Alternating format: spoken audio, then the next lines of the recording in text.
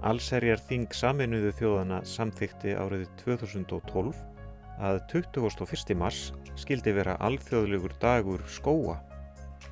Á þeim degi vakin athygli á því hvað skógar af öllum toga eru mikilvægir. Villtir skógar og ræktaðir, skógar sem við höfum verndað, skógar sem við nytjum, útivistarskógar eða skógar til kolefnisbindingar, skógar til verndar jarðvegs og vatnsgæða, skógar til verndar samfélögum fólks og menningu.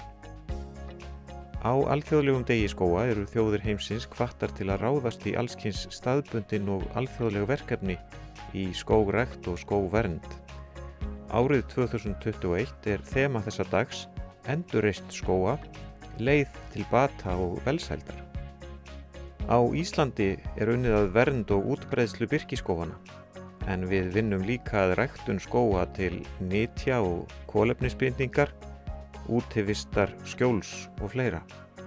Hverskyns nýskógrækt felur í sér endurreist skóga í landi sem eitt sinn var að miklu leyti klætt trjágróðri.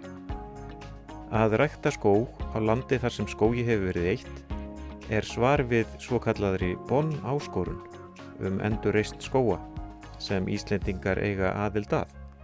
Tökum þessari áskorun, breiðum út skógana á ný.